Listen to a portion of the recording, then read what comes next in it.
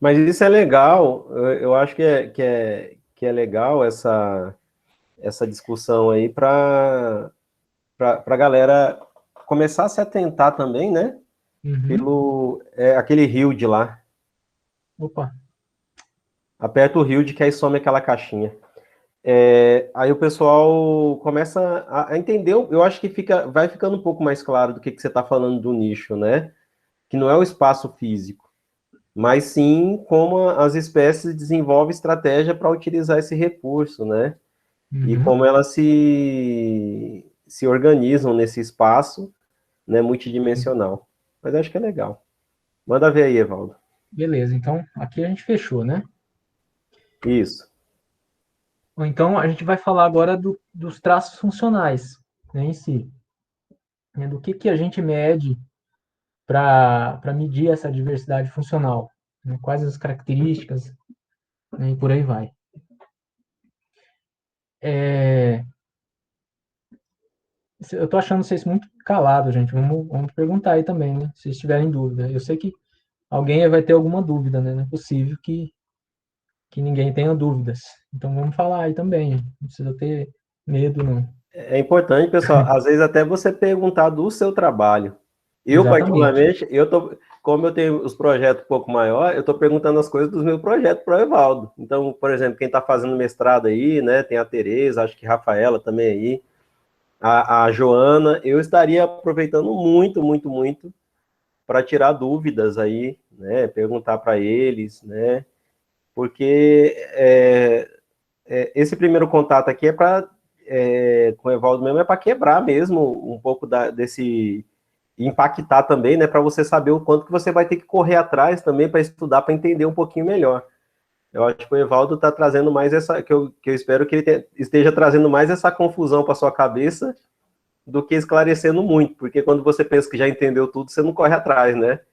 Eu acho que Exato. eu quero que ele deixe mais, assim, o pessoal, um basicão mesmo para você poder correr atrás. Eu acho que isso que estimula a gente a estudar. É isso aí. Então, vamos lá, né? Os traços funcionais. O que são os traços funcionais? O que a gente chama de traços funcionais? Ou de características funcionais, né? Pode chamar assim também. Então, os principais grupos que a gente pensar como traços funcionais é a morfologia, a fisiologia e a fenologia das espécies, né? E o que mais se usa são os traços morfológicos, né? As características morfológicas das plantas. E essas características elas estão relacionadas com alguma função no ecossistema, né? Elas não estão ali por acaso, né? Você pode pensar em alguma questões de acaso, teoricamente, mas na prática elas estão ali por algum motivo, né? Por alguma questão de relação com o ecossistema. E elas representam estratégias ecológicas, né? Que respondem às variações ambientais. Para dar um exemplo bem simples, por exemplo, no cerrado a gente tem espécies com cascas, em geral, com cascas grossas, né? Com cascas espessas. E isso é uma resposta ao fogo. Essas espécies têm essa casca porque ali ocorre fogo com frequência. Se elas não tiverem essa característica, elas não vão tolerar a passagem do fogo, né? Elas vão morrer. Então, o fogo é um filtro ambiental, né? Que a gente pode chamar de filtro ambiental para essa característica. Ela vai selecionar cascas mais grossas, né? Cascas mais finas não vão ficar ali naquele ambiente, né? Usando aí como exemplo de traço funcional, né? E a função de uma casca é principalmente proteger o caule, né? Para que não seja danificado. Então, quais traços a gente mede, né? Quais traços são importantes? Então, a gente tem que pensar em coisas, em características que têm relação com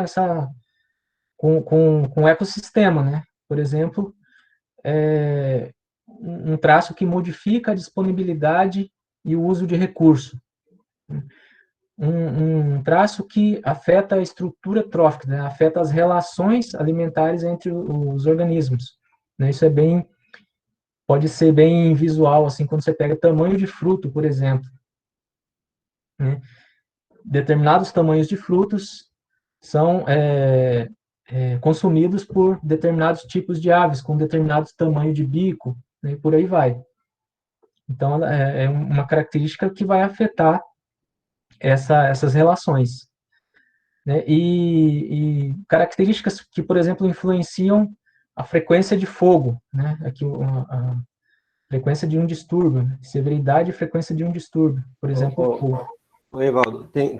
tem um trabalho que eu li um tempo atrás, que é do Galete, que ele fala sobre a extinção dos grandes mamíferos, Uhum, né, por conheço. meio da extinção das plantas com frutos grandes. Uhum, E ele projeta uma evolução das angiospermas por meio da extinção, né, desses grandes roedores e grandes mamíferos, né? Uma vez que você não tem dispersores para os grandes frutos, né, a tendência é a extinção, né, como ele coloca, e a tendência é a predominância de organismos com aparelho bucal menor, né, uhum. e selecionar as plantas com frutos pequenos, com sementes pequenas. É só assim uma coisa, e tudo isso é por meio de abordagem funcional, né? Sim, e essa questão que você falou, a gente tem que pensar numa relação, se a gente pensar na relação e colocar a evolução nisso, né? A gente tem que pensar numa relação de duas vias, né? Quer dizer, a coevolução, né? Frutos pequenos levam à evolução de aparelhos bucais menores e vice-versa, né?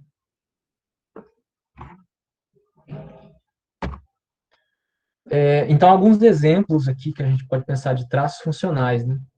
Como tamanhos de frutos, área foliar, a quantidade de determinado nutriente na foliar, compostos secundários, né, em folha e casca, densidade de madeira, fenologia, né, variações fenológicas, né, épocas de reprodução e de crescimento de parte aérea, por exemplo, tamanho corporal, a flamabilidade, né, a questão da presença de determinados compostos em folhas e cascas, né, e maior conteúdo também de matéria seca, né, quando você mede ali a quantidade de água em folhas e cascas também, podem ser um indicativo da flamabilidade dessa planta. Então, alguns exemplos de traços funcionais que a gente pode medir. Né? Tem muitos outros, é claro, mas alguns exemplos aqui só. Então, eu vou só colocar alguns aqui para exemplificar. Né? Então, por Evaldo, exemplo, então, sim, deixa eu uma pergunta. Então, a partir do momento que você define a sua hipótese, né, aí você tem que uhum, voltar para os traços funcionais, ou isso tem que ser feito de forma concomitante aí, definir os traços funcionais antes da hipótese, ou ter um conhecimento bem do que esses traços funcionais indicam, em base, constrói a sua hipótese, e aí você filtra, também para você não ficar medindo com tudo quanto é traço funcional lá da planta, sendo que você não, porque isso dá trabalho, né? sim. Então, se você tem uma hipótese de que determinada determinado fator ambiental influencia determinada característica num ecossistema, numa comunidade, e você quer medir isso com traços funcionais, né, quer medir isso numa questão funcional, por exemplo, você tem a hipótese de que a variação da frequência de fogo determina alguma função ecossistêmica. Né? E como você vai determinar essa função ecossistêmica, essa funcionalidade? Né? Então, você tem que pensar num traço que esteja relacionado com aquilo que você quer falar, e não pensar simplesmente no traço. Né? Você vai usar o traço como um indicador de resposta da planta, ou de funcionalidade da planta no ambiente, né? Então, você pode pensar, em primeiro lugar, nessa funcionalidade e ver quais traços estão relacionados com essa funcionalidade ou com essa resposta da planta às variáveis ambientais, né? Então, a maneira mais correta, eu acredito, é você pensar primeiro na funcionalidade ou no tipo de resposta da planta e ver quais traços você pode medir, né? Você pode também ir pelo outro lado. Se você não conhecer muito bem questões de ecossistêmicas, né? Você pode pensar, eu quero fazer um trabalho assim, né? Será que se eu medir a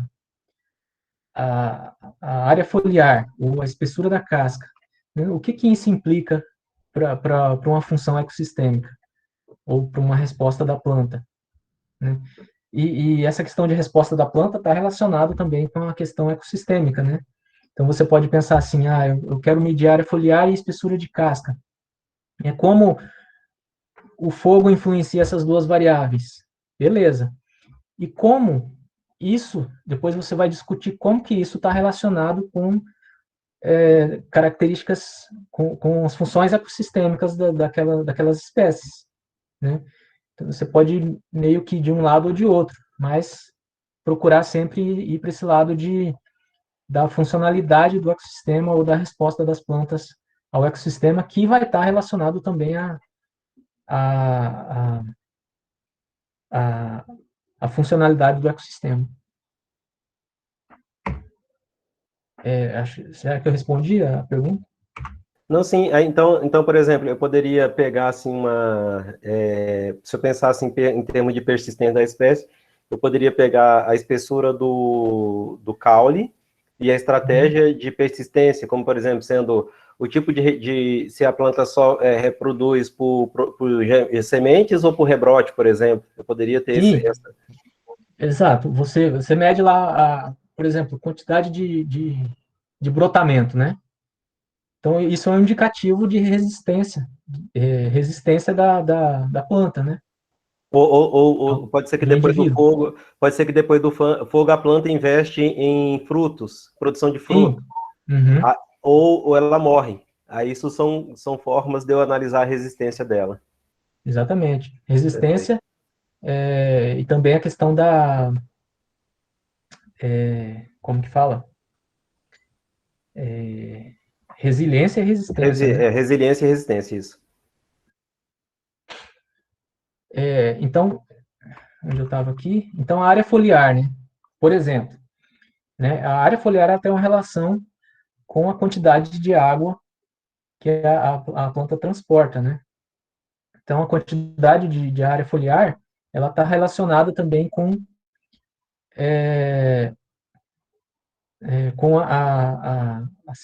uma determinada medida transversal do alburno, né, que é a parte do xilema, né, do lenho, que transporta a água, a parte mais jovem do xilema.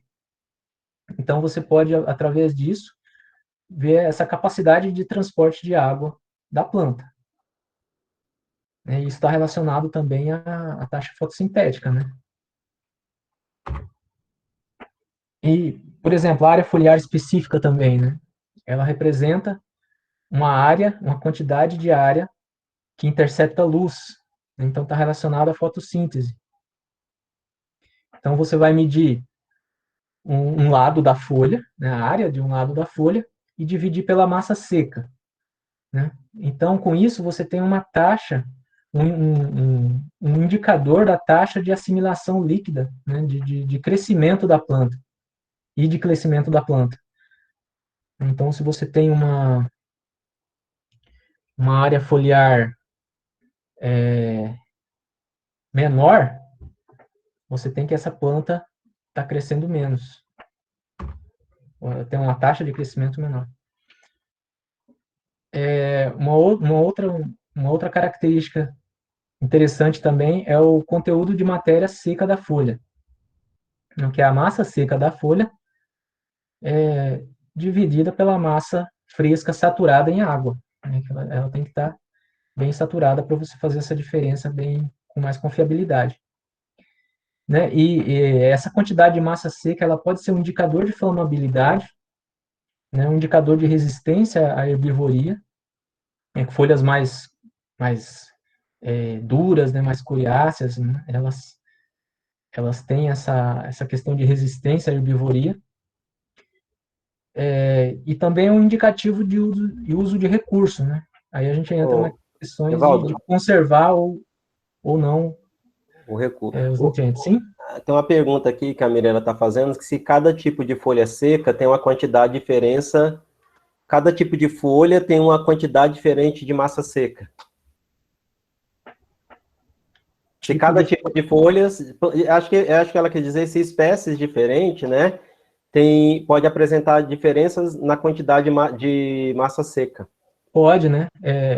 Pode sim, mas também está relacionado com o ambiente que a planta está, né? É aquela questão de adaptação, né?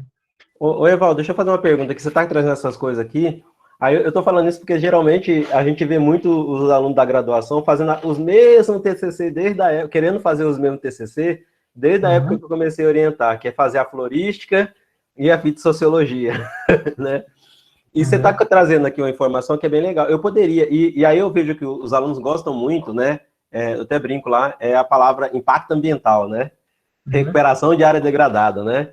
Mas, assim, uma coisa que é legal, por exemplo, assim, um aluno poderia pensar um TCC assim, de pegar áreas que não foi, uma área que não foi queimada há algum tempo, né?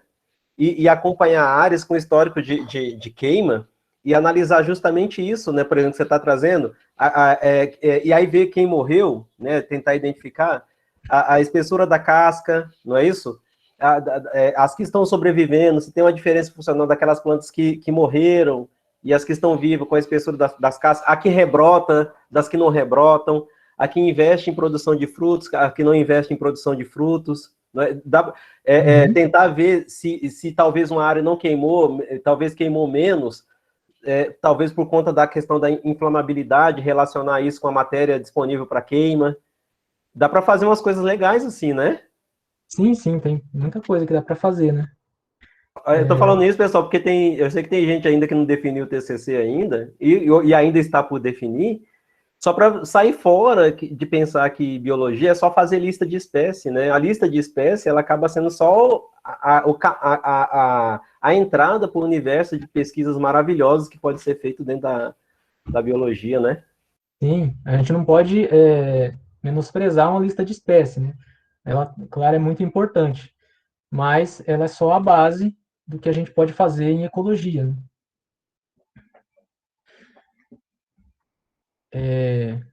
Então a gente pode pensar em muita coisa que dá para fazer, né? Dentro desse campo de medir esses traços ambientais, Você pode traços repetir, funcionais. você pode repetir a questão do uso conservativo e aquisitivo, que eu acho que eu te atrapalhei bem nessa hora, né? Ah, tá, eu estava aqui no. Então, essa questão da matéria seca ser um indicador de uso de recurso. Então, a gente entra nessa questão de estratégia conservativa e estratégia aquisitiva. Né? O que é isso? Uma estratégia conservativa ela está relacionada a um crescimento mais lento. Né? Quer dizer, a planta ela conserva mais, ela absorve o nutriente, ela conserva mais, quer dizer, ela tem uma ciclagem mais lenta de nutrientes. E por isso ela vai ter um crescimento mais lento. Isso pode estar relacionado com frequência de distúrbio também. Eu vou mostrar um resultado interessante que eu tive no meu estudo aqui no Pantanal, por exemplo. E aí, plantas com estratégias aquisitivas, elas têm uma ciclagem mais rápida, né, de nutrientes. E tanto a área foliar específica quanto o conteúdo de matéria seca da folha, elas podem ser um indicativo dessas estratégias. Né? Então, altos valores de matéria seca das folhas, ela representa estratégia conservativa no uso de recursos. Isso quer dizer um crescimento mais lento. Tá. E esses dois traços, eles estão relacionados. né? Aqui também é dos meus dados, essa figura aqui, né, onde eu medi aqui vários traços funcionais, né, e eu fiz essa relação aqui só para ver como que eles estavam relacionados.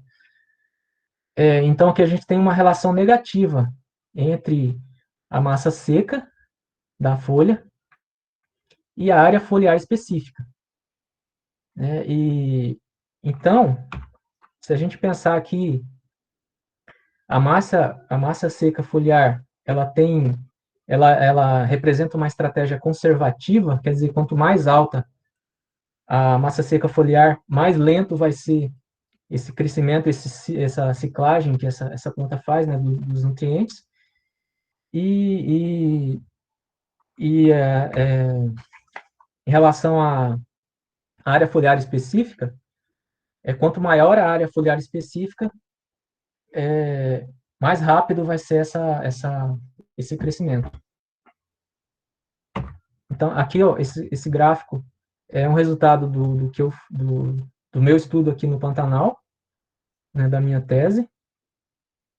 E eu mostrei aqui que o watermark aqui é a marca d'água, né, quer dizer, representa a inundação, e aqui a área foliar específica, e aqui a matéria seca da folha. Então, eu vi que quanto maior a inundação, menor era a área foliar específica. Quer dizer, essa inundação é um fator estressante que reduzia o ciclo dos nutrientes na folha. Então, é um indicativo dessa redução, né, a área foliar específica. E, ao contrário, quanto maior a inundação, maior era a quantidade de matéria seca na folha. Quer dizer, a ciclagem de nutrientes era mais lenta, né, porque a inundação ela é um fator estressante que reduz, por exemplo, a fotossíntese, né? Então, vai ter esse efeito negativo. Massa esse resultado aí, hein, Evaldo? Aí eu coloquei também o pH, aqui no caso o pH aqui, como um cofator, né? Então, a gente pode ver que aqui, por exemplo, ó, a linha azul são áreas onde tem maiores valores de pH, quer dizer, o solo é menos ácido. Esse é o pH do solo. Isso, pH do solo. Então, o solo é menos ácido. Então, onde tem solo menos ácido, né, mais alcalino, o efeito da inundação ele é mais acentuado, né, o efeito negativo aqui, né, a linha azul. Né, e para a matéria seca da folha, o efeito da inundação é mais acentuado, só que positivamente, né, em áreas com um pH mais alto. Mas isso aí é um resultado muito legal, cara. Pensando pro Pantanal, é muito massa esse resultado aí, Sim, hein? ficou bem legal esse resultado. Quer dizer, mostra essa questão da estratégia conservativa e estratégia.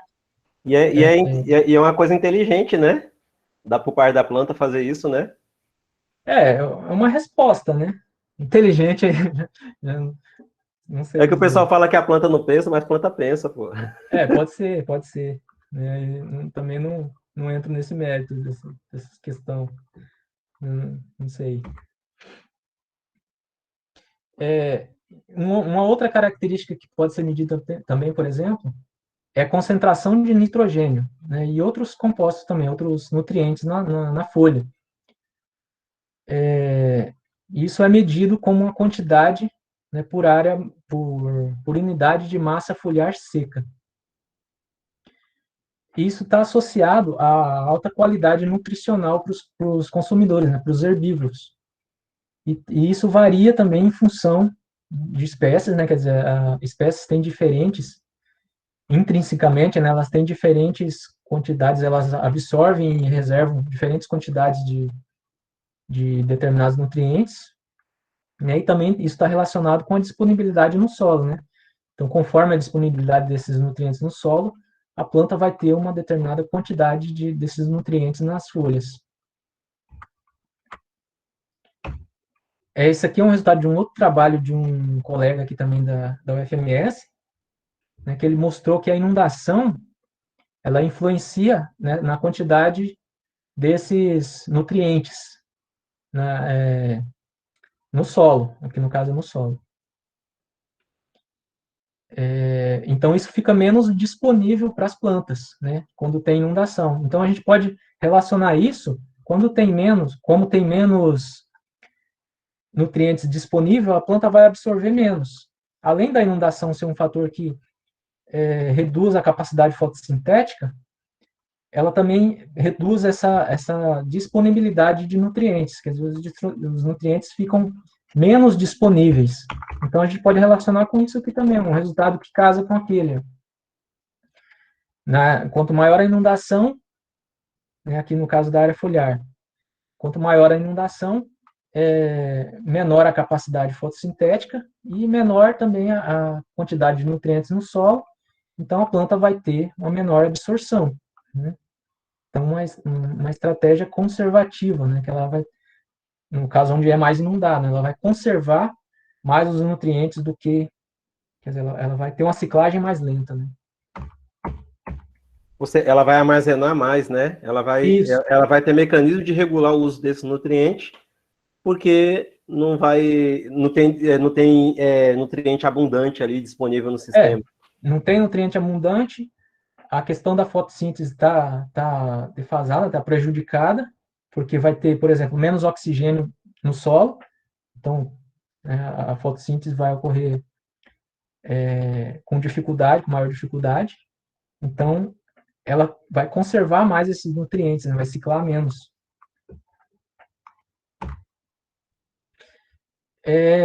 Então, quais traços a gente mede? Isso depende. Isso depende do que o estudo pretende responder. Então, você tem que pensar naquela questão que o Rodrigo perguntou aquela hora, né? Como que a gente pode levantar a hipótese e pensar nos traços funcionais que a gente vai medir. Então, essas coisas têm que acontecer concomitantemente, né? Você está pensando nos traços, mas está pensando no que aqueles traços representam. Então, eles têm que representar alguma coisa que você quer responder.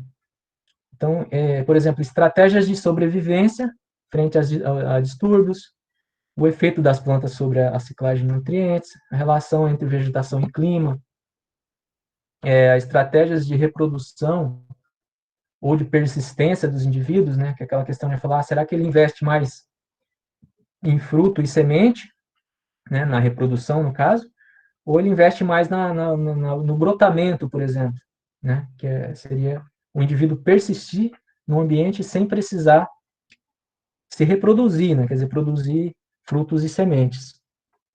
Né, e as relações alimentares, né, das teias tróficas com os polinizadores, dispersores ou herbívoros. Que a gente pode pensar aí naquelas questões da tamanho de fruto, resistência física da folha para um herbívoro comer, né, e por aí vai. E um trabalho que eu acho que todo mundo que trabalha nessa área tem que revisar, tem que ler e entender, no mínimo, ler sobre os traços funcionais que você vai usar no estudo, né? É um trabalho bem extenso, bem completo. Esse primeiro aqui, na verdade, eu nem li esse primeiro, eu parti já para esse segundo aqui, quando eu comecei a fazer esse trabalho sobre diversidade funcional, porque o segundo aqui é uma atualização do primeiro, né?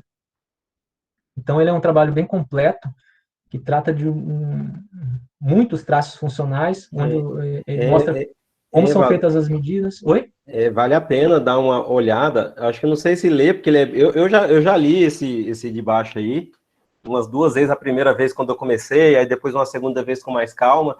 E conforme eu estou entendendo, eu sempre gosto de voltar nele. Por exemplo, tem alguns traços funcionais que são muito fáceis de medir para algumas respostas, e às vezes a gente fica muito preso, né, nesses traços mais tradicionais. E é interessante você ler, até para você saber, né, o que tem lá. Mesmo que você esqueça depois, mas vamos supor que você está pensando um trabalho.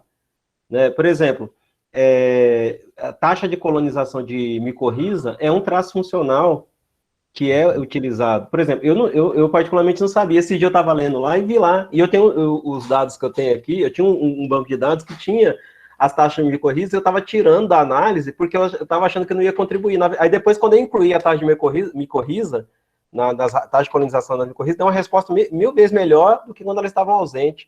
Então vale a pena, pelo menos, passar o olho, pessoal, aí, dar uma olhadinha, quem tá trabalhando com funcional, pelo menos para saber quais são, isso que o Evaldo falou, né, tem um monte de traço funcional, vale a pena saber, né, quais são os traços, o que eles indicam, lê com calma, não precisa ler tudo de uma vez, né, vai dando passada de olho lá.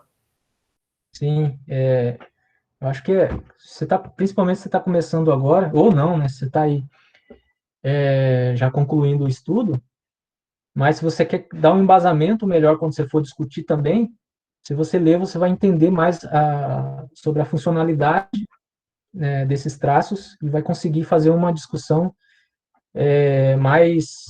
com mais embasamento, né?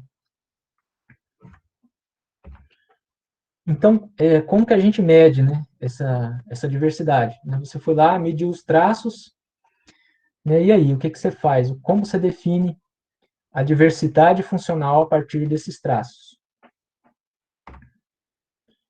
Então, aqui eu vou falar um pouquinho do histórico dos índices de diversidade funcional, aí que eu vou mostrar algumas fórmulas lá, como que eles são calculados. Você não precisa ficar encucados com as fórmulas. As fórmulas são simples, na verdade eu vou explicar aqui, acho que todo mundo vai entender. Mas foca mais no entendimento de como você vai partir dos dados que você mediu, né, dos traços funcionais, e como você vai estruturar eles, como você vai... para onde eles vão, entendeu? A partir do momento que você coleta. Para onde eles vão até você chegar a uma medida de diversidade funcional. Então, a gente tem aqui, né, que as pesquisas, né, elas começaram a se tornar populares, as pesquisas sobre diversidade funcional, e o pessoal começou a ter um consenso assim, sobre as limitações do que vinha sendo feito antes, né, sobre grupos funcionais, por exemplo. Então, foi se buscando aí novas medidas, né, para medir a diversidade funcional. Principalmente a questão né, como você tem grupos funcionais, você tem características categóricas, né? Você separa ali os grupos funcionais, as espécies são categorizadas dentro desses grupos. Então, o pessoal começou a buscar os índices baseados em variáveis contínuas, né? Que você medir características nas plantas. Né, aqui só mostrando alguns trabalhos que, se você quiser entender esses índices, seria legal vocês lerem esses trabalhos aqui, né? Porque se você vai usar o índice, esses trabalhos, na verdade, eles mostram uma evolução, né, nessa sequência aqui, uma evolução desses índices. Eu vou falar um pouquinho, rapidinho, cada um deles. Nessa sequência aqui, principalmente, né, desses trabalhos. E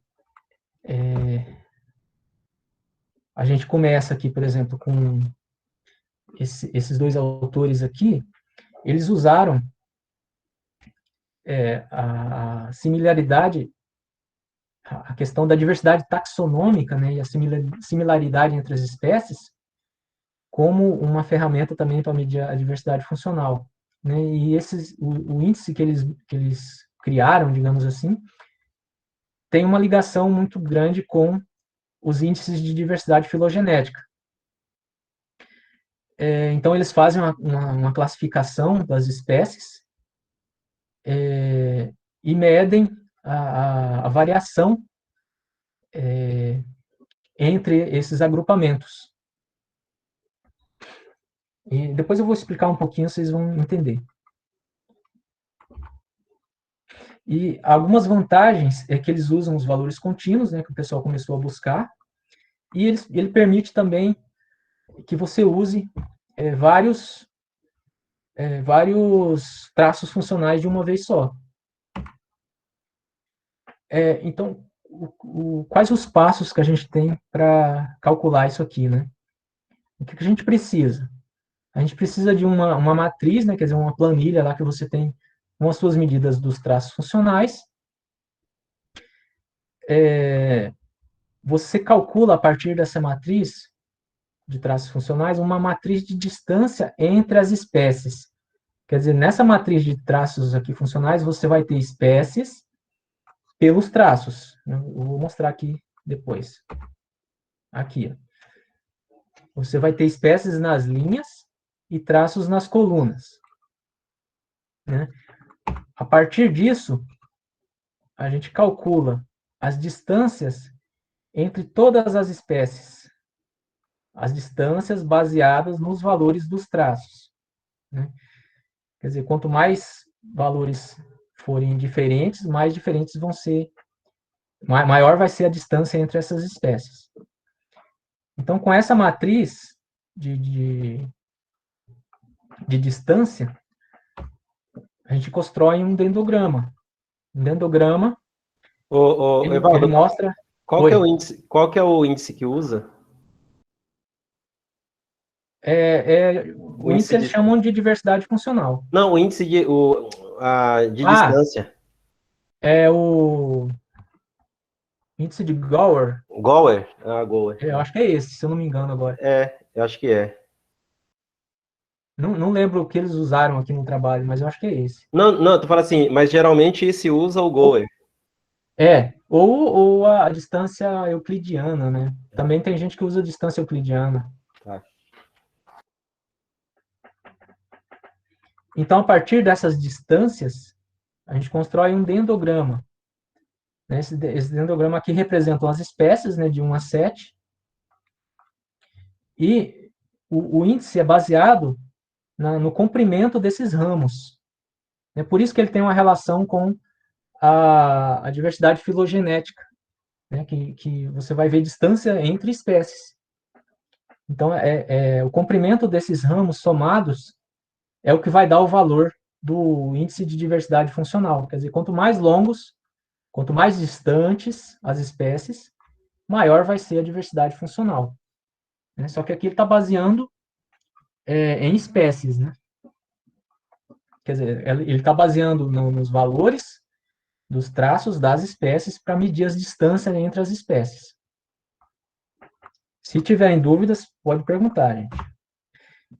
Qual que é a desvantagem desse índice? É que ele não considera a abundância das espécies.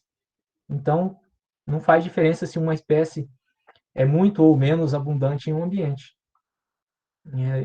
O valor do traço para essa espécie vai ser o mesmo, para essas espécies.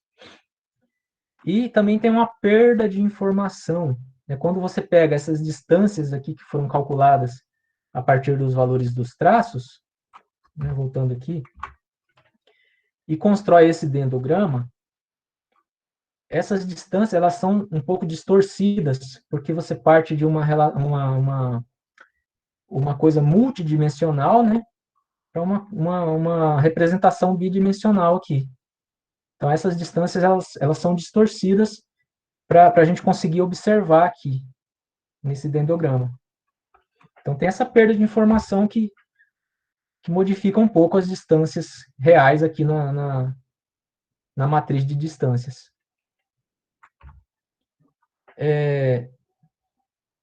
O segundo índice, né, depois veio desse Mason, em 2003, onde ele passa a considerar a abundância das espécies.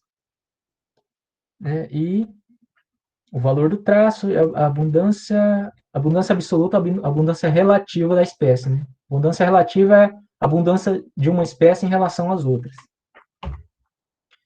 Então, as fórmulas que ele usa para calcular são bem simples. Né? Eu vou colocar todas aqui, a gente vai uma por uma.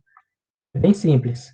Então, aqui você tem, por exemplo, a medida de abundância relativa, que é o W. A medida que é a abundância absoluta dividido pela somatória das abundâncias absolutas de todas as espécies. Então, a abundância absoluta da espécie I, né, de uma determinada espécie, dividido pela abundância de todas as espécies. Aí, a partir disso, quando você tem a abundância relativa, que é o W aqui, você calcula uma média logarítmica ponderada do traço. Não se preocupa com os termos, né? Só tenta entender como funciona a fórmula. Então, essa média logarítmica, ela é a somatória dessas abundâncias relativas, multiplicado pelo logaritmo do valor do traço de cada espécie. Aí você tem esse outro valor aqui. A partir disso, ele calcula a soma dos desvios quadrados ponderados pelas abundâncias. Né? Ô, Evaldo, Oi. só para ficar claro ali, aí, ali eu pego a abundância total e multiplico pelo log natural, a função logarítmica do valor do traço de cada espécie, é isso? Isso. É Ah, como tá. uma... Sim, entendi. É que aí você pondera pela abundância total. Exatamente. Né? Perfeito. A abundância relativa de uma determinada espécie. Ah, tá. Eu pego a abundância relativa de uma espécie e multiplico pelo log do traço dela. Isso, exatamente. Ah, Depois, não é abundância total, não. não, é a abundância relativa de uma espécie. Ah, tá. Agora está claro. Aí Perfeito. depois você soma tudo, né? Não, sim, perfeito. Uhum. Uhum. Então aí você vai pegar o resultado desse aqui, né? Vai colocar aqui, ó. Vocês estão vendo o meu cursor aí, né? Sim, Eu espero. sim. Beleza. Vocês vão colocar esse resultado aqui. Aí, a partir disso, a gente vai calcular a soma dos desvios quadrados, né? Ponderado pela abundância. E como que faz isso? Né? É a diferença entre cada um desses valores que a gente conseguiu aqui pela média desses mesmos valores. Né? Então, a diferença quer dizer um menos o outro. É o desvio, né? Tanto para mais como para menos. Isso aí Oi. parece a fórmula do desvio padrão aí. Exatamente. Né? Quando você pega os valores e divide pela média desses valores. E depois soma tudo e multiplica pela abundância relativa, que é o W aqui. Ó. É a abundância relativa multiplicada por tudo isso aqui. Isso aí é para dar peso, isso aí é para dar peso para dominância, né? Ele vai ponderar pela abundância, né? Tá, Esse perfeito. resultado aqui. Então, por isso que é soma do desvio quadrado, porque isso aqui são os desvios. Ó. Valor, a diferença entre cada valor com a média desses valores. Então, desvios ao quadrado. Aqui que é o 2 aqui, ó, em cima. Então, você vê que não é difícil. Né? Só que isso aqui é só para entender como faz, né? A gente não vai calcular isso aqui na mão. Mas é legal a gente visualizar como que funciona o índice. Principalmente esse aqui eu estou detalhando, vou detalhar mais um outro, porque ele vai ser melhorado depois, mas a base dos cálculos vai ser a mesma. Então depois a gente obtém o índice, né, em si, que é aqui, ó, Functional Diversity.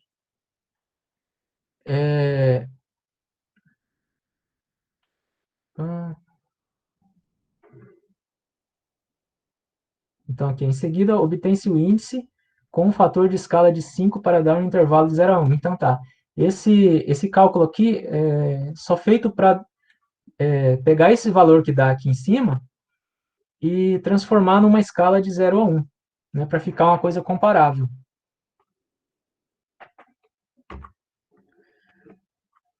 Então, aqui o resultado disso tudo é um valor de um traço ponderado pela abundância, né, que é a distribuição dessas abundâncias ao longo das características funcionais, quer dizer, como as espécies, as abundâncias das espécies se distribuem ao longo de uma característica funcional, ao longo de valores de uma característica funcional.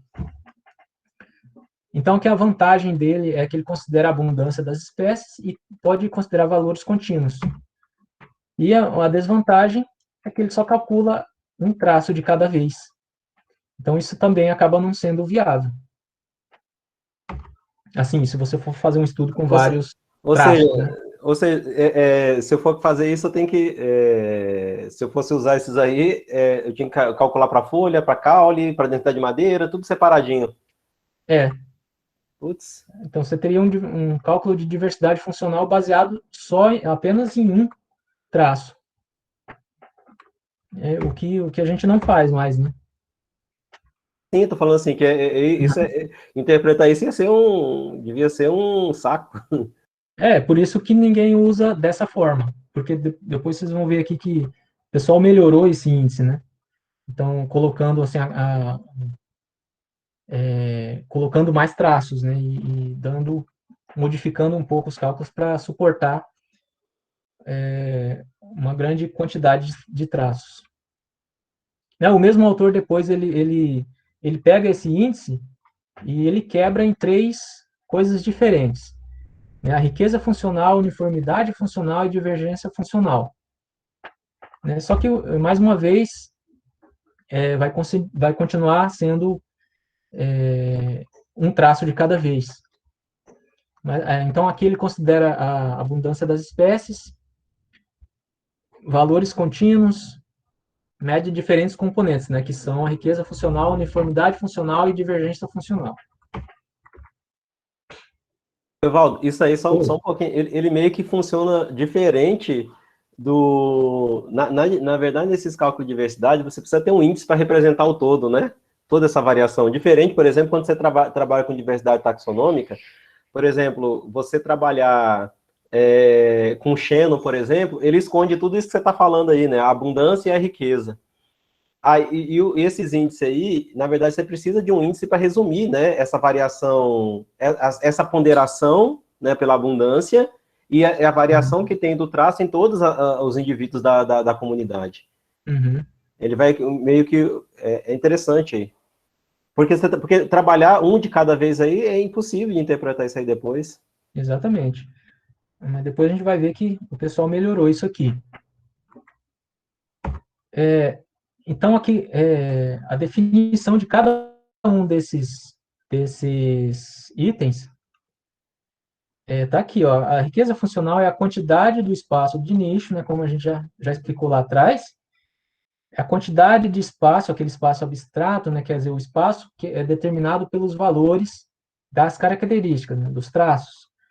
Então, esse espaço abstrato ele é determinado, por exemplo, da variação de temperatura, variação de umidade, né? E você constrói com isso um espaço determinado por esses valores, entre o máximo e mínimo desses valores.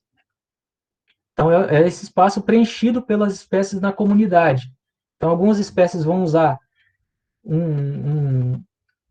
uma determinada amplitude, né? E outras espécies vão usar outra amplitude. Né? E depois eu vou explicar isso melhor. Né? Então, é o espaço preenchido pela comunidade, né? Ou seja, a diferença entre os valores funcionais máximo e mínimo presentes em uma comunidade. A uniformidade funcional é a uniformidade ou ecoabilidade também, né? A gente pode chamar assim. É a uniformidade de distribuição de abundância no espaço do nicho ocupado. Então, algumas espécies mais abundantes vão estar numa região, outras espécies na região desse espaço abstrato que eu estou dizendo, né, dos valores dos traços funcionais. E outras espécies vão estar em outra região. E vão usar uma amplitude diferente desses valores. E a divergência funcional, ela é o grau para o qual a distribuição de abundância no nicho maximiza a divergência nas características funcionais dentro da comunidade. Isso aqui ficou um pouco complicado de entender. Mas a divergência é quando, por exemplo, uma espécie está numa extremidade, uma espécie muito abundante está numa extremidade, outra espécie muito abundante está na outra extremidade, e tem várias outras espécies no meio ali que são bem menos abundantes. Então, você tem uma divergência. Quer dizer, essas regiões vão ser valorizadas, essas extremidades, esses valores vão ser valorizadas, enquanto os valores médios vão ser menos valorizados. Vocês vão entender aqui depois. Então, essa divergência, ela é mais definida pela abundância. Isso. Distribuição da abundância. Isso, né? Abundância das espécies. Isso. Ou seja, as espécies com maiores abundância, caso que nem você colocou, elas vão ocupar nichos diferentes, nichos extremos diferentes. A Isso. tendência é você, então, porque essas espécies menos abundantes, elas acabam tendo pouco peso no índice, seria isso?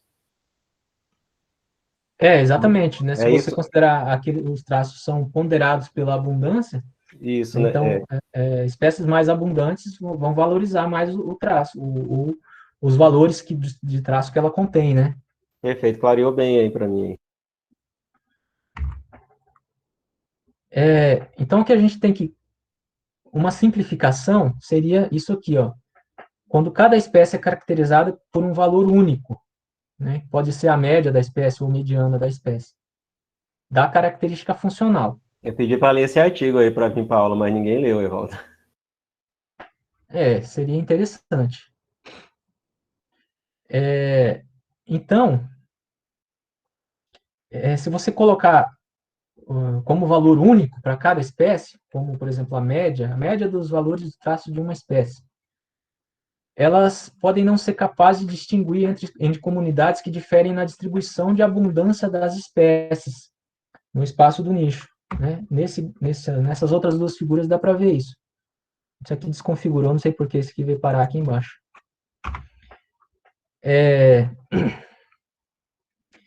Então, por exemplo, ó, aqui cada barrinha aqui representa a média da espécie. Já aqui, essa curva, ela representa a variação ou a quantidade de valores dos traços, de um traço, dentro de uma espécie, quer dizer, os valores dos indivíduos. Então, você não tem mais uma média da espécie, você tem uma variação dentro da espécie. Né? Aqui está relacionado, o traço que ele colocou aqui, é o conteúdo de nitrogênio foliar. Vamos dizer que uma espécie ela está ocupando esse espaço aqui. Ela usa dessa quantidade até essa quantidade de nitrogênio. Né? Então, aqui você consegue distinguir, né, se você tem essa variação dentro de uma espécie, você consegue distinguir entre comunidades que diferem nessa distribuição de abundância entre as espécies. Aqui no caso, você tem uma amplitude larga de distribuição de frequência. Né?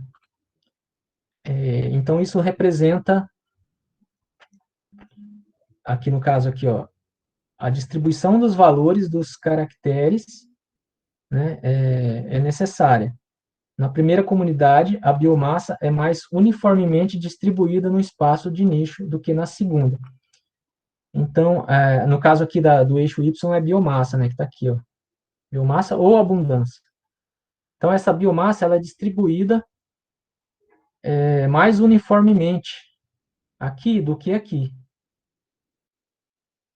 Né? Então, nesse caso aqui, a gente consegue diferenciar essa distribuição de abundância, essa distribuição dos traços, dos valores dos traços, entre essa e essa comunidade aqui, ó, entre B1 e B2.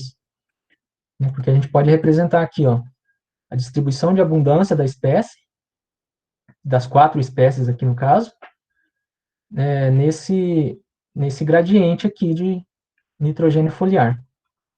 Aqui no caso, cada espécie ela tem uma distribuição mais estreitada, quer dizer, ela usa um espaço um pouquinho menor aqui no gradiente, né, de nitrogênio foliar. Então, ela tem uma frequência de distribuição mais estreita do que aqui.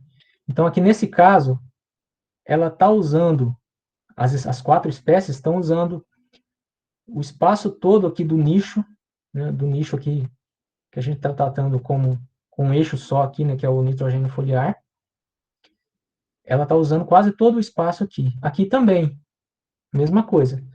Só que aqui em cima, ela tem uma distribuição mais homogênea.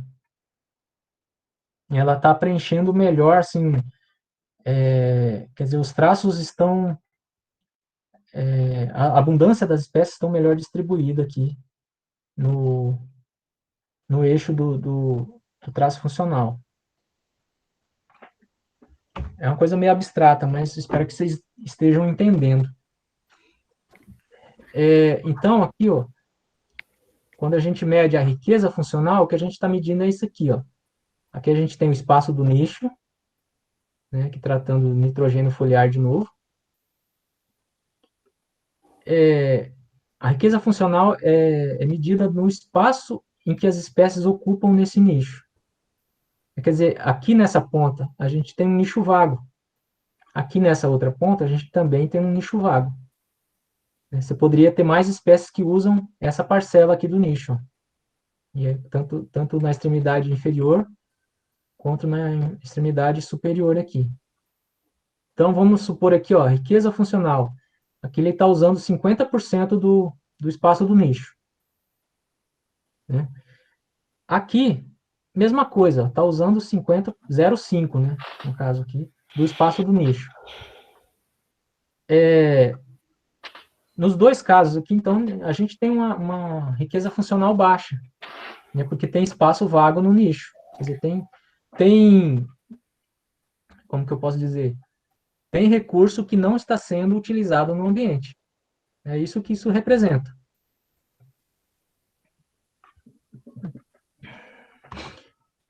Aí, partindo para essa outra figura aqui, a gente tem um preenchimento maior desse espaço. Aqui no caso, ó, a riqueza funcional já aumentou, foi para 0,8. Então, quase todo o espaço, tem só um espacinho final aqui que não está sendo utilizado. Então, a uniformidade ou a ecoabilidade funcional, ela está relacionada com aquela figura que eu mostrei antes também, mas aqui está mais claro, né? Essa uniformidade está relacionada com essa distribuição de abundância das espécies nesse espaço. Né? Quanto mais uniforme for essa distribuição, maior é a ecoabilidade funcional, né? Ou a uniformidade. Aqui no caso é 0,7.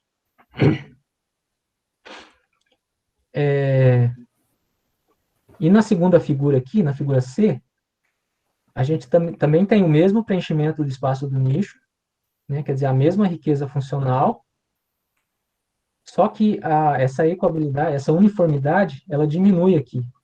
Por quê? A distribuição ela não está tão igual, né? Você tem picos mais definidos.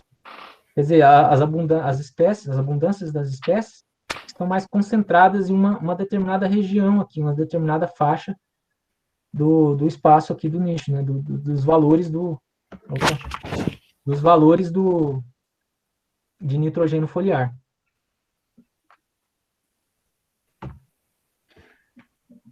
E aqui a gente tem finalmente a divergência funcional, né? Aquilo que eu falei.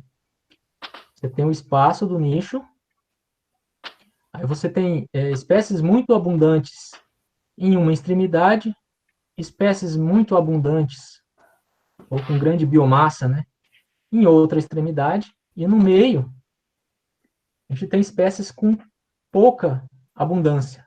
Quer dizer, os traços aqui, eles vão ter um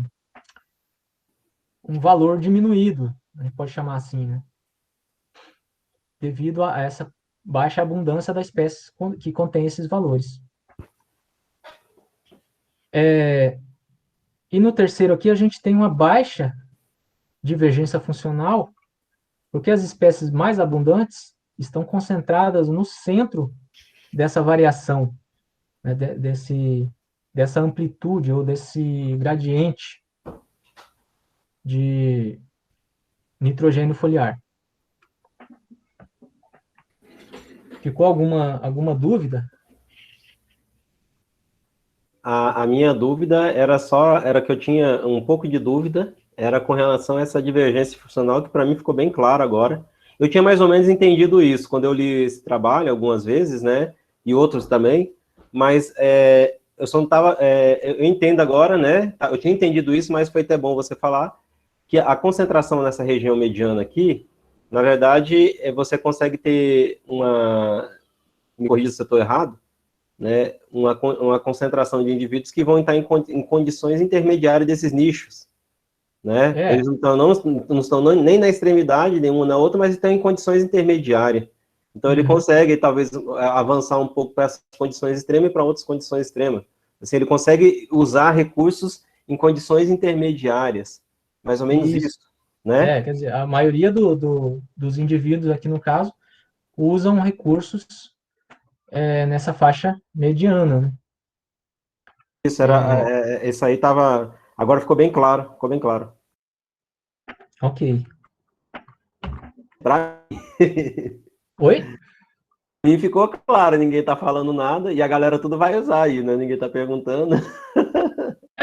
Assim, é importante pelo menos você visualizar o que você vai usar, porque quando você tem essa visualização, lá no final, você vai conseguir ter um embasamento melhor. Por exemplo, você vai relacionar o seu traço com uma função no ambiente, ou uma resposta da planta, né? Mas se você não tiver entendido o que significa esse índice, vai ficar mais difícil para você fazer uma discussão embasada, entendeu? Mais criteriosa, Esse, assim. esse artigo que o Evaldo colocou aí, ele é muito bom. Ele é muito, eu acho ele bem simples. Eu fui entender mesmo.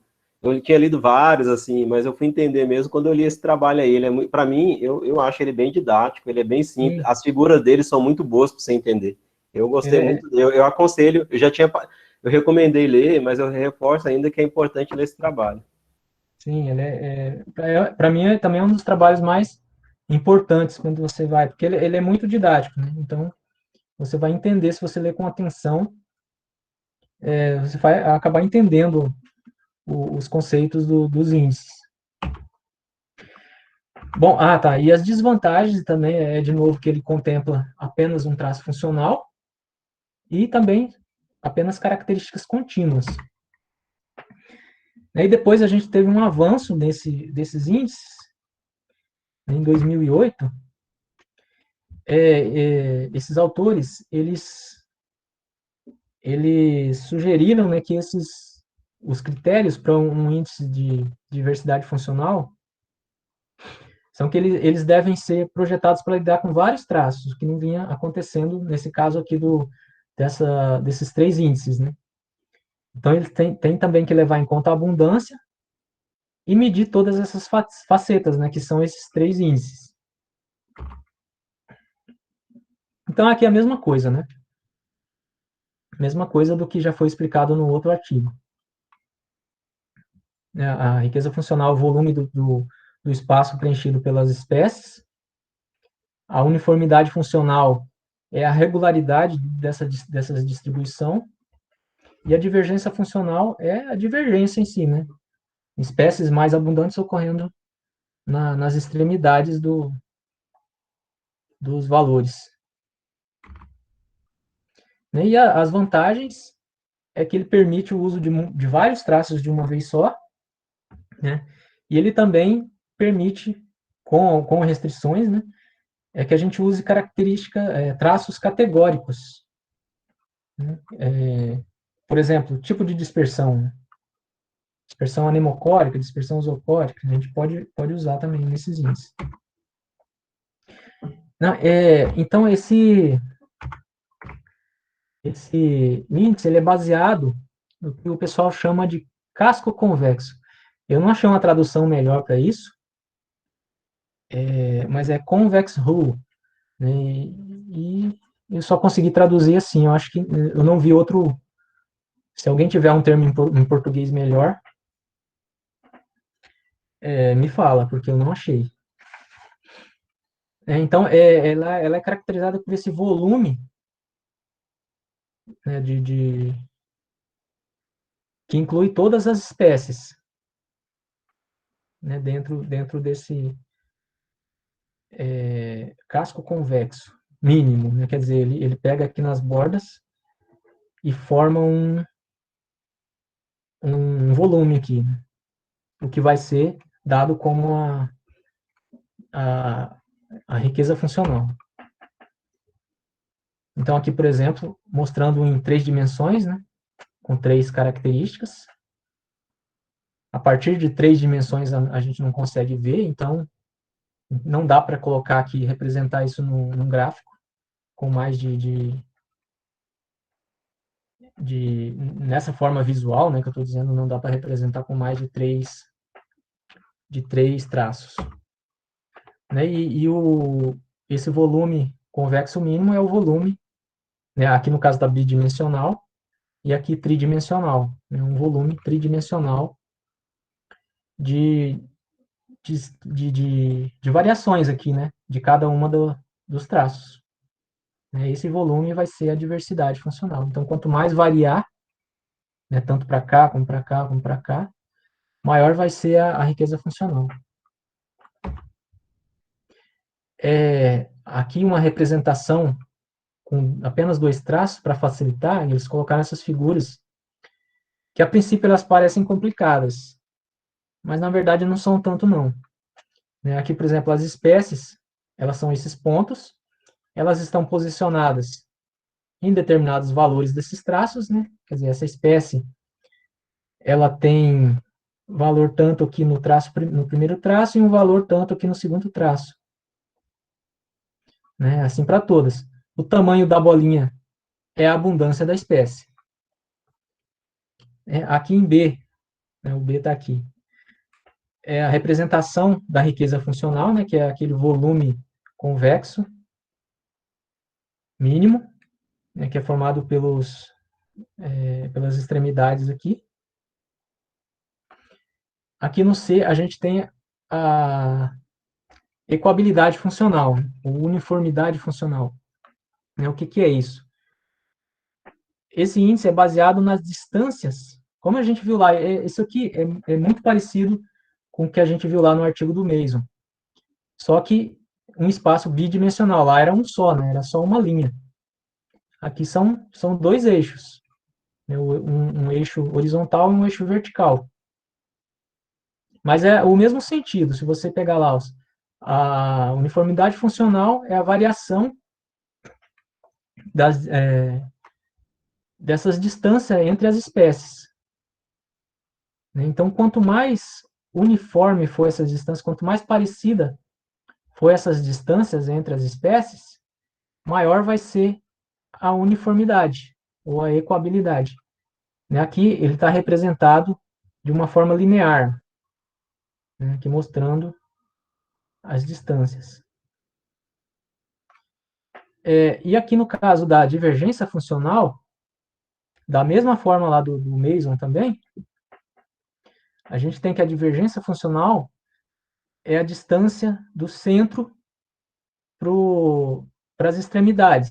Quer dizer, aqui no caso se calcula uma média dessa, por exemplo, se calcula primeiro o centroide, né? O centro dessa nuvem de pontos, né? A média dessa nuvem de pontos, que a gente chama de centroide. Calcula-se essa média e as distâncias dessa média para os desvios aqui, né? No caso, o desvio da média. Então, quanto mais para fora as espécies desviarem, né? Quanto mais para fora, quanto mais amplitude, quanto mais variação elas tiverem em relação ao centro, maior vai ser a divergência. Quer dizer, elas vão divergir do centro. Então, aqui uma representação linear disso fica mais fácil de entender. Aqui no caso, ó, quando tem esse tracinho em cima aqui é a média. Então, isso aqui representa o círculo. Né? Essas letras aqui, ó, com o tracinho em cima, representam um círculo. E essa outra aqui representa o ponto de cada espécie. Então, se as espécies forem maior, a divergência, essa dispersão a partir do centro for maior do que a média, e essas espécies forem mais abundantes, então a gente tem uma maior diversidade funcional. E se essa dispersão for menor, aqui no caso das bolinhas cinzas, menor do que essa média de distância a partir do centro, a divergência funcional vai ser menor. Ok? Entenderam? Dúvidas? A lógica é parecida. Sim, é muito parecido. A única diferença é que isso aqui está representado por em todos 2 aí, dimensões. né? E por todos os traços juntos, né? Isso. Bom, então como que a gente calcula esse índice, né? O que a gente precisa para calcular esse índice? A gente precisa principalmente de duas coisas. Uma matriz, onde a gente tem espécies, quer dizer, os nomes das espécies nas linhas, e os nomes dos traços nas colunas, né? E aqui os valores. E a gente precisa também de uma planilha, onde a gente tem as espécies aqui nas colunas, e as comunidades aqui. Comunidades pode ser, por exemplo, as suas parcelas. Né? Se você quiser ver a variação entre as parcelas. Então, você tem nas linhas as parcelas e nas colunas as espécies. E os valores ou de presença ou ausência, onde você vai colocar aqui, por exemplo, 0 para ausência e 1 para presença, ou a abundância das espécies, ou biomassa das espécies também. Aí, o que for melhor para você. No caso, se você tiver todos os dados quantitativos, você pode partir a partir daqui. Ó. Você pega essas duas aqui e já vai direto para calcular os índices. Se não, você tem que calcular uma matriz de distância, né, que é a distância de Gower. Né? E também isso é... Você tem que usar isso que se você tiver... quando você tem mais traços do que espécies. Vamos supor que você fez um estudo que você pegou só 3 espécies, mas mediu 4 traços. Aí você tem que partir para esse lado aqui. Você tem que calcular essa matriz e fazer uma PCOA ou uma PCA. Por que você faz isso? Com isso você pode reduzir o que a gente chama de reduzir a dimensionalidade, né, as dimensões. Quer dizer, você vai pegar 10 traços, uma análise de PCA ou uma outra ordenação, ela vai fazer mais ou menos assim, simplificando, né? Ela vai misturar todas essas variáveis, vai formar uma nuvem de pontos, né? Uma nuvem tridimensional, ou multidimensional, e vai pegar as direções onde tem as maiores variações, em primeiro lugar. Então, aí você pode representar essa variação, pegar essa variação que foi representada pelos traços funcionais, depois também, lá nas análises, quando a gente for fazer as análises na prática, isso vai ficar mais claro. Então, a gente faz isso para reduzir as dimensões, quer dizer, aí você pode usar o primeiro ou o segundo eixo dessa novas dimensões que ele gera.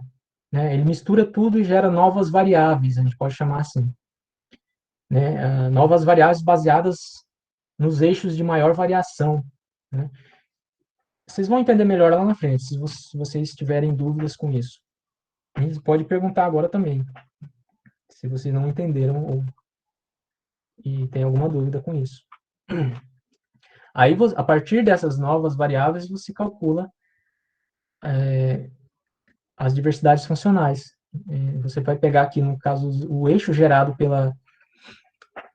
gerados pela ordenação e vai usar como traços funcionais. Aqui no caso, né? Você vai substituir essa planilha aqui. Ao invés de os traços reais aqui, você vai usar o resultado dessa ordenação aqui. Aí você vai calcular os índices. Isso na prática é bem simples, né? Se você usar também as funções lá no R, você faz isso aqui em segundos, né? E tudo isso aqui. Então, a partir desses índices, você pode inferir sobre as propriedades dos ecossistemas, né? E também sobre as respostas, por exemplo, como as variáveis ambientais influenciam a riqueza, a ecoabilidade ou a divergência funcional. Aí você parte já para coisa mais prática.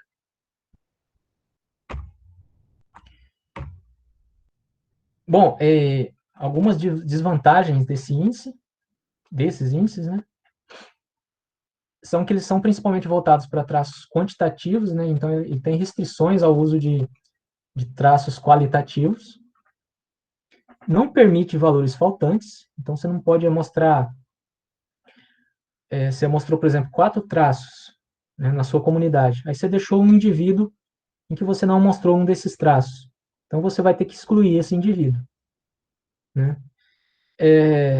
Não permite estrutura com mais traços do que espécies, né, aquilo que a gente estava falando lá. No caso, para fazer isso, você teria que fazer uma ordenação. Quer dizer, o número de espécies deve ser maior do que o número de traços. Isso aqui, na verdade, em qualquer situação é melhor, né, para qualquer tipo de análise, na verdade, né, na ecologia.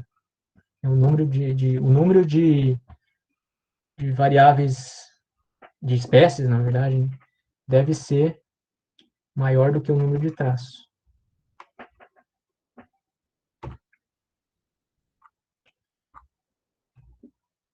E depois a gente tem uma melhora nesses índices, né? Que o que a gente tem hoje, assim, de mais usado é o que esses caras aqui fizeram, né? Que são os mesmos índices, na verdade, eles incluíram um índice a mais, né? Que é a dispersão funcional, né? Que a princípio pode parecer um pouco com a divergência, mas é diferente, é calculada de uma forma diferente. E as vantagens disso tudo é que ele permite traços quantitativos, semi-quantitativos e qualitativos. Eles permitem valores faltantes. Também permite que você tenha uma estrutura com mais traços do que espécies. E também você pode dar peso aos traços individualmente. E eles adicionaram, né, mais um índice aqui, o índice de dispersão funcional. Isso tudo... aqui está explicando só o que é dispersão funcional, né? A distância média do traço multidimensional, média do espaço multidimensional do traço, de espécies individuais para o centro de todas as espécies. Ele pode considerar abundância. Uma diferença é que ele desloca a posição do centroide, daquela nuvem que eu expliquei lá para o outro índice, para as espécies mais abundantes. Então, ele pondera as distâncias das espécies individuais pelas abundâncias relativas. Então, esse índice de dispersão ele é um pouco parecido lá com a divergência, né? Só que ele considera a abundância, que a gente tem o tamanho das bolinhas também como abundância, e ele faz com que o centro dessa distribuição ele seja deslocado em direção às espécies mais abundantes. Então, aqui, por exemplo, a gente tem... Ou seja, ele vai pesar, dar mais peso para as espécies abundantes. Basicamente isso, né? Parecido com os outros também. Então, aqui no caso, ó, na figura A, a gente tem, todas as espécies têm abundância igual. Então, o centroide vai estar, né, bem centralizado, digamos assim.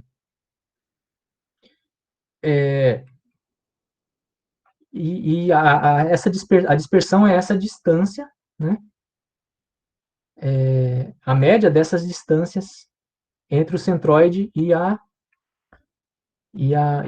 o valor das espécies, né? Aqui, no mesmo caso, só que tem essa questão aqui, ó. Essa distância vai ser menor em relação ao centroide quando a espécie for mais abundante. Então, a abundância da espécie ela vai influenciar nessa média de distâncias. Quer dizer, o traço que tiver aqui ele vai ser mais valorizado porque ele vai estar mais próximo aqui do centro. Né? O centro vai ser deslocado. E as fórmulas também são bem simples. Né? Assim, olhar aqui, não vou nem discutir aqui também. É só soma e divisão, multiplicação. Então é bem fácil de fazer, bem fácil de entender, né? Se você pegar a fórmula aqui.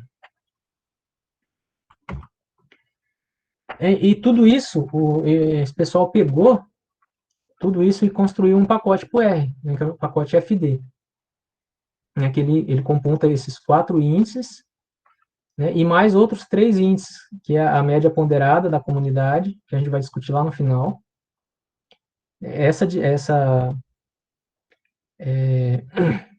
diversidade quadrática de Hall, né, que é a entropia quadrática de Hall, e a riqueza de grupos funcionais. Quantos grupos funcionais podem ser derivados dessas espécies ali presentes na sua comunidade. Então, o CWM é chamado aqui de Community Weighted Mean, né, quer dizer, média ponderada da comunidade, também chamado de composição funcional. Né? Ele é calculado quando você pega o valor de uma determinada característica e multiplica pela abundância. Simplesmente isso. Então, você tem um peso maior para aquele traço se a espécie em que aquele traço está presente, ela tiver maior abundância. Isso está relacionado com uma coisa chamada hipótese de razão de massa. Então, ele é uma medida de traços dominantes, a gente pode chamar assim. Né? Que a hipótese de razão de massa, ela prediz que espécies mais abundantes têm maior importância nos processos ecossistêmicos, né? Porque elas são mais abundantes. Então, as características presentes naquela comunidade e presente naquela espécie, elas vão ser mais valorizadas porque é a espécie mais abundante. Então, a espécie ela vai ter uma função mais importante na comunidade. Ou, na verdade, os traços que essa espécie contém, né? Os valores dos traços que essa espécie contém.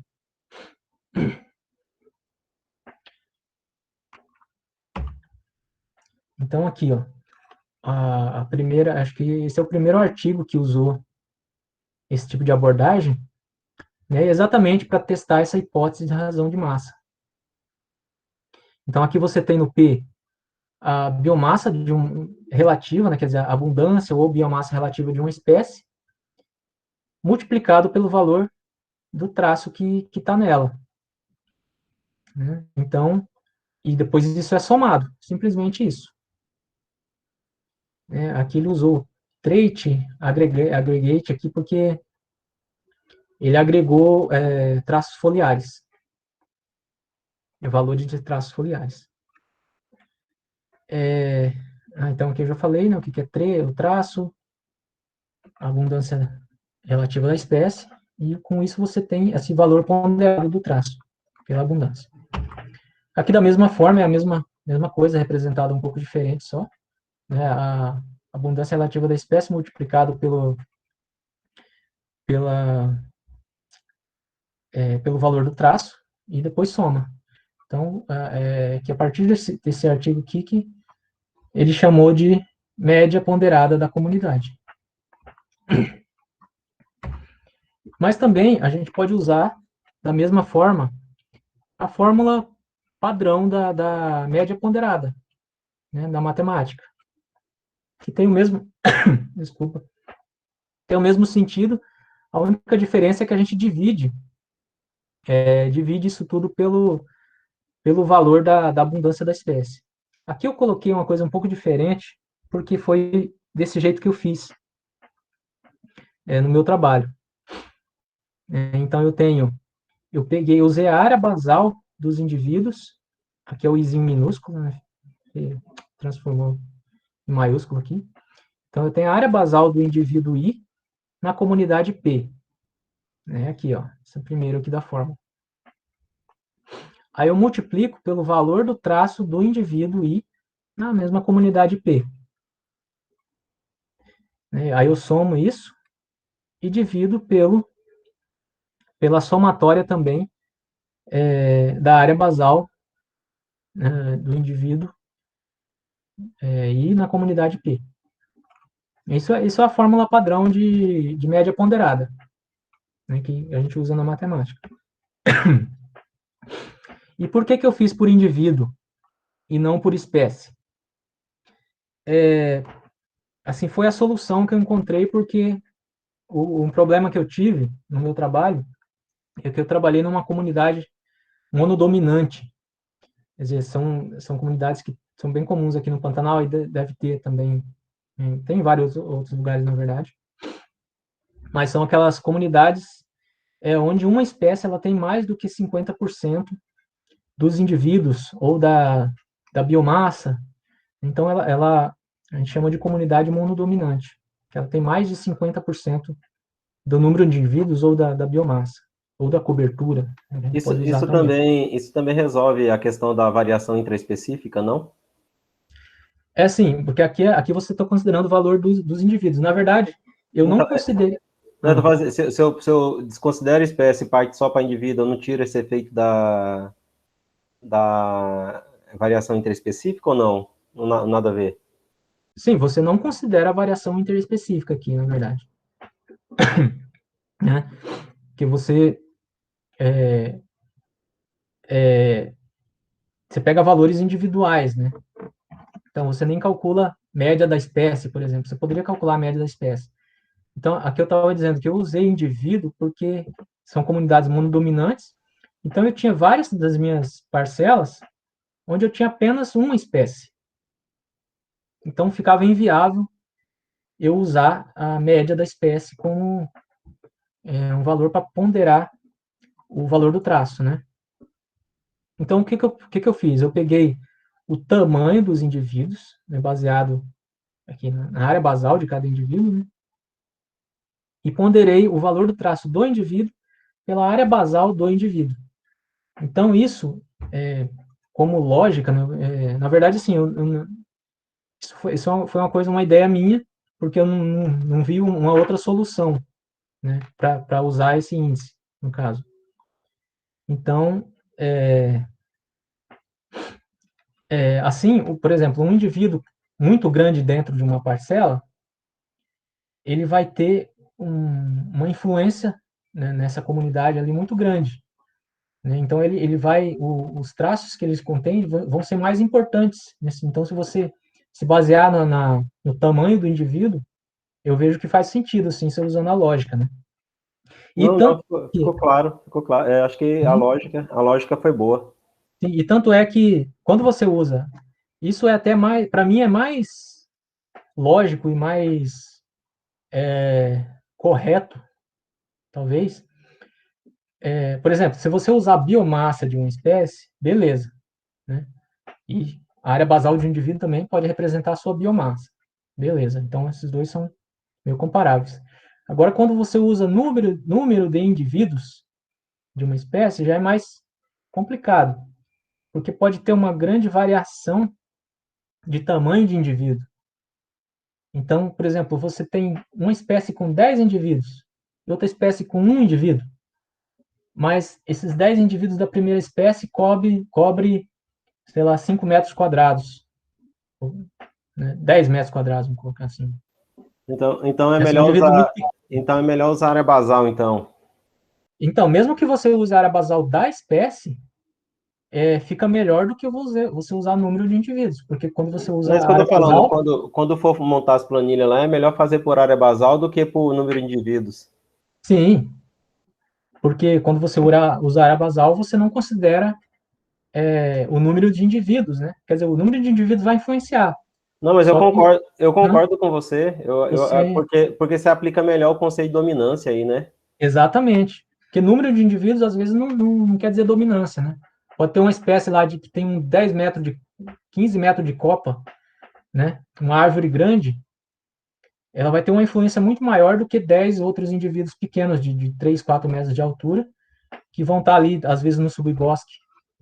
Então, eu penso que a área basal é muito mais, um valor muito mais correto de se usar do que o número de indivíduos. Bom, e para finalizar, assim, as coisas que eu tenho visto mais recente também nessa questão de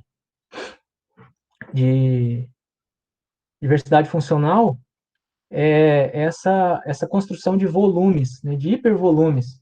Quer dizer, você pega uma. Tem mais ou menos um sentido parecido com aquela riqueza funcional que a gente viu ali antes.